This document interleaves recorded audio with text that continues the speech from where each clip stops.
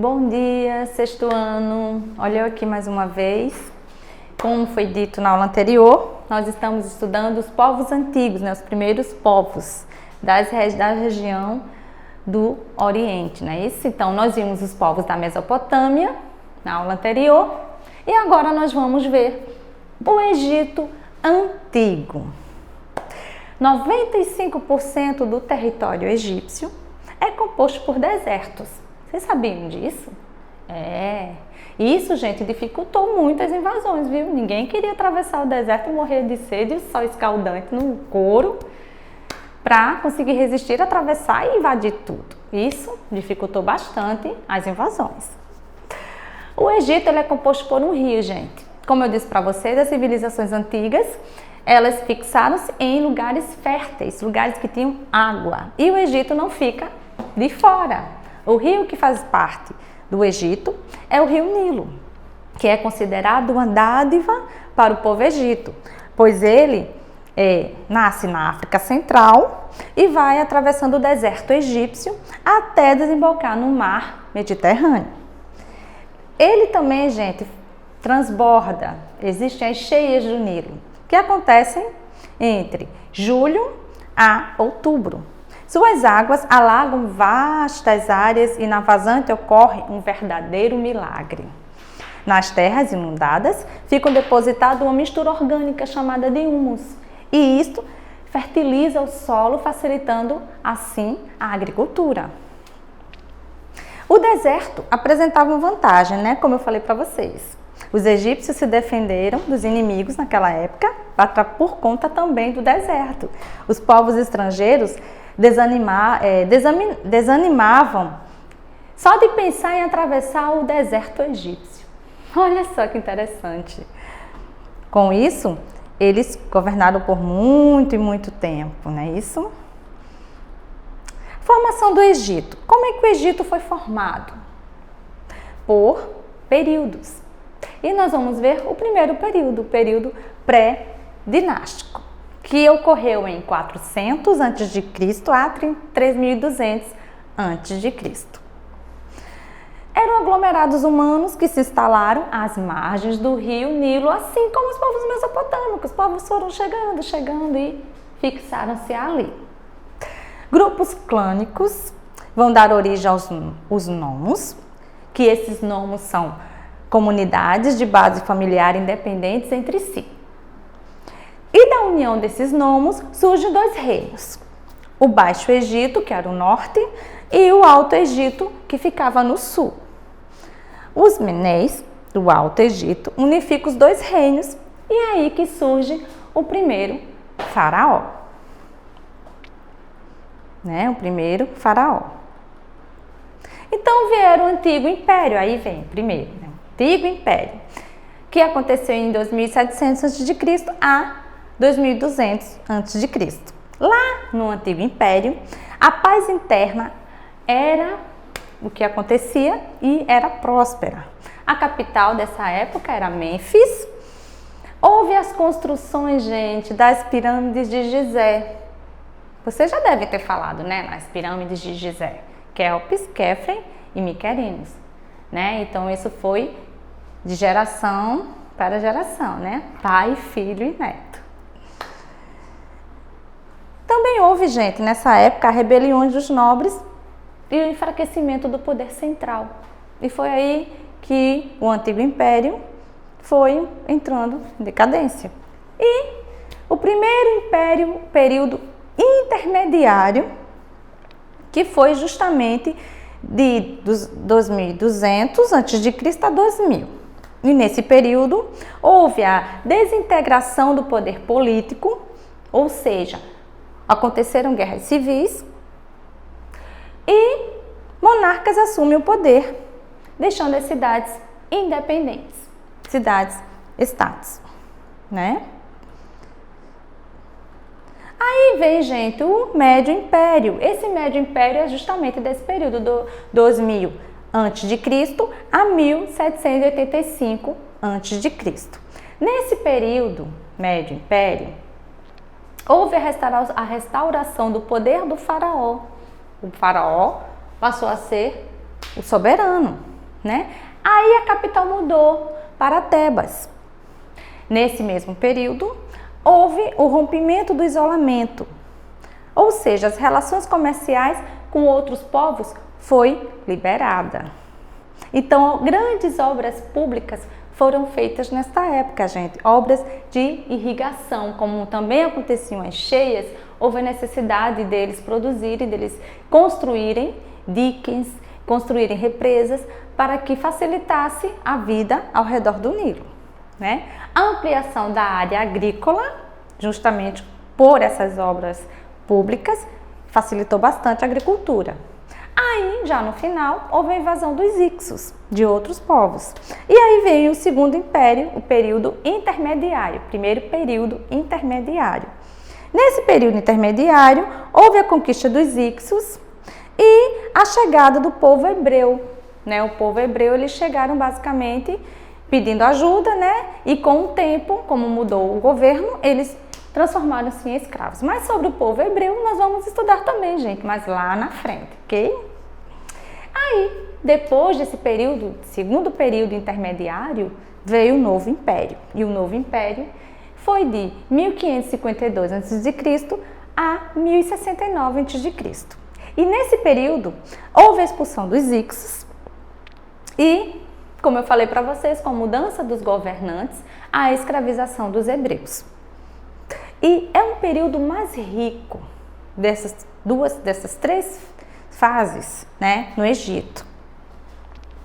E grande expansionismo, ou seja, grande aumento, né, das cidades, das terras.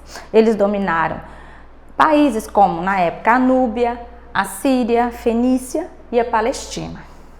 E o aumento também do prestígio dos sacerdotes. Houve uma reforma monoteísta do faraó Menófis IV. E aí, o declínio após a morte do faraó Ramsés II. E ocorreu, a partir daí, o terceiro período, que é o período intermediário. E nesse período intermediário houve as invasões dos assírios, né? Seguido dos persas, gregos, romanos e assim por diante com outros povos. Então vamos falar um pouco da reforma monoteísta. Por quê? A gente conhece o povo egípcio como politeísta, mas houve um período, gente, nesse momento todo, em que houve uma reforma assim monoteísta. O faraó Menófis IV realizou uma reforma religiosa que tinha como justificativa maior a limitação dos poderes da classe sacerdotal egípcia. Ou seja, eles não tinham esse poder todo como os outros povos, porque o sacerdote, ele andava junto com o líder, era assim, ó, com o rei. Por quê? Eles eram representantes diretos de Deus, né, dos deuses, aliás, para aqueles povos. Então ele oficializou o culto monoteísta no Egito. O deus Atom, comumente simbolizado pela figura do círculo solar. Em outras palavras, o deus Sol, né? Que eles adoravam. Então ele queria que todo mundo adorasse só o deus Atom. E mudou seu nome para Akhenaton, que é aquele que adora o deus Atom. E a economia do Egito. Como que era essa economia, gente? Basicamente, a gente sabe que a agricultura era o que dominava os povos, fazia parte dos povos daquela época. Então, graças à fertilidade do Vale do Nilo, né, como era chamada, a agricultura pode ser largamente desenvolvida, constituindo a base da economia egípcia, né? E eles também aprenderam a aproveitar as águas do Nilo, construindo, como eu disse para vocês, obras de engenharias públicas, como os diques e canais de irrigação, o que possibilitava aumentar a área do cultivo. Eram cultivados cereais, oliveiras, alface, cebola, alho, uva, figo e assim, e outros tipos de sementes. A pecuária não aproveitou o grande desenvolvimento, sendo criado apenas bois, burros, porcos, carneiros, cabras e aves. E também praticavam a caça e criavam peixes em tanques.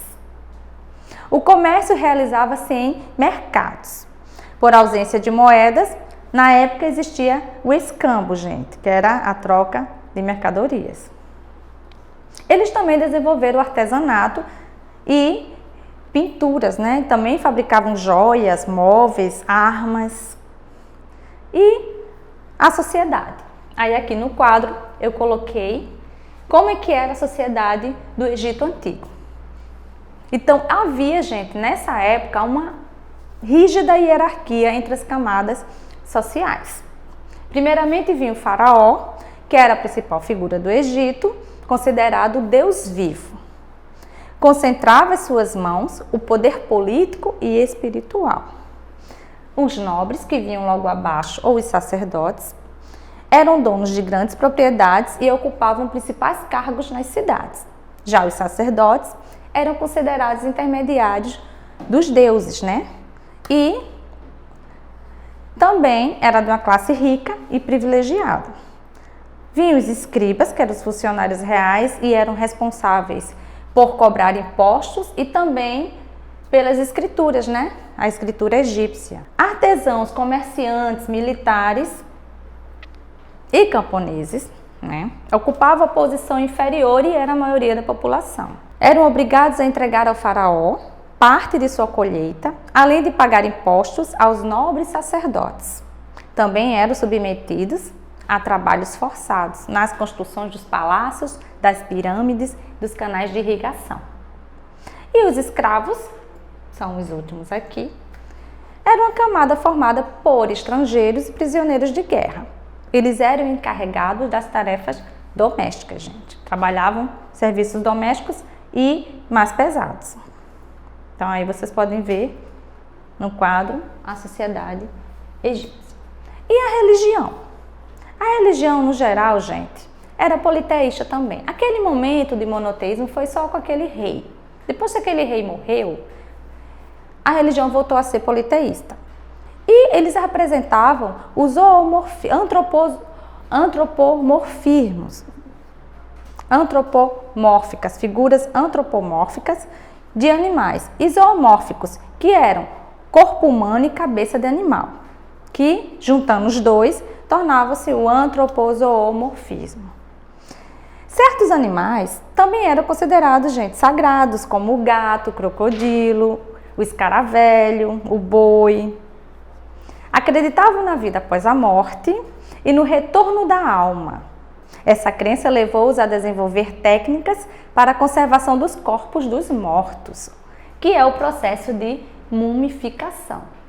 Vocês sabiam que demoravam 70 anos para uma múmia ficar bem múmia mesmo, bem daquele jeito que vocês já devem ter visto pelos canais de YouTube ou na televisão mesmo, como é que são as múmias encontradas no Egito, né? O corpo era esvaziado e colocado em uma espécie de salmoura durante 60 dias. Ele era esvaziado, tiravam tudo, gente, de dentro, deixavam só a carcaça. Depois era lavado com óleos, enfaixado e colocavam em sarcófagos. Eram as múmias, né? Então, sarcófagos eram um tipo de caixão bem ornamentado, gente, até banhado em ouro. Junto ao morto, eram colocados alimentos, armas, ferramentas, barcos e eram colocados tudo aquilo que tinha de valor. É tanto que quando alguns ladrões tentavam entrar nessas tumbas, houve-se na época, né, dizendo que quem abrisse uma tumba de um faraó, de alguém importante, iria ser amaldiçoado. Isso foi uma forma, acho que eles encontraram para que não houvesse tantos saques nos túmulos. Então, os primeiros grandes faraós, né, construíram os maiores túmulos da história que existem até hoje, que são as pirâmides de Gizé. Foram feitos para serem túmulos, gente, tumbas, na verdade, né, dos grandes líderes. E a escrita egípcia, chamada de hieróglifos, são a escrita. Então, eles tiveram 3 fases essa escrita, tá? Ela teve 3 etapas. Era feita com sinais que representavam imagens de pássaros, insetos, objetos em geral. E é uma das escritas mais antigas do mundo, junto com a cuneiforme. Então, o hieróglifo, foram os primeiros achados, usavam nos textos sagrados. O hierático, usado em documentos oficiais. E o demótico, a mais simples, era de uso diário, de uso cotidiano, tá? E nesta época também não eram todos que usavam a técnica da escrita, né? Existiam também os escribas, como eu disse para vocês, que eles eram responsáveis por esta parte também, né? A parte da escrita. Foi nessa época que também eles usaram o papiro, que era um tipo de papel fabricado com o talo de uma planta que também se chamava papiro e crescia nas margens do rio Nilo. Também usaram a pedra da Roseta, que era um bloco de pedra encontrado por soldados, que foi encontrado por soldados franceses em 1821, que eles também descobriram isso, os egípcios também usavam esse tipo de material, né? Bem, e assim fico por aqui. Termino com o Egito Antigo e tenho um bom dia para vocês. Até a próxima aula.